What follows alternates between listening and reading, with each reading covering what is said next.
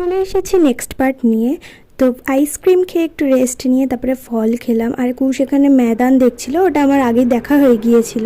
তারপরে ওরা একটুখানি মাঠে গেল। আর এখান থেকে যেহেতু ফলহারিণী কালী পুজো আছে, তাই জন্য কালী ঠাকুর যাচ্ছিলো, সেটা দেখালাম।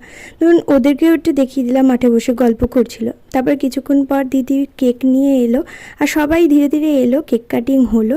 আর আমরা তো রেডি থাকি কেক কাটার পর কখন এই ডেকোরেশনগুলো খাবো চকলেটে।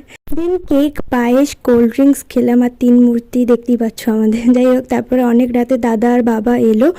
আর তারপরে আর একটা কেক কাটিং হলো, ওরা নিয়ে এসেছিলো। তো সেকেন্ড কেক কাটিং সেরে তারপরে খুব হাসাহাসি করে গল্পগুজব করে বসলাম ডিনার করতে। বিরিয়ানি ছিল ডিনারে, সবাই মিলে খাওয়া দাওয়া করলাম এসিতে বসে। দেন মৌরি আর জোয়ান এখানে চুরি করছিল আমার থেকে, দেখতে পাচ্ছ কে। দেন সব টাকের বাহার সবাই টাটা বাই বাই করে চলে এলাম বাড়ি। এইভাবে কাটলো।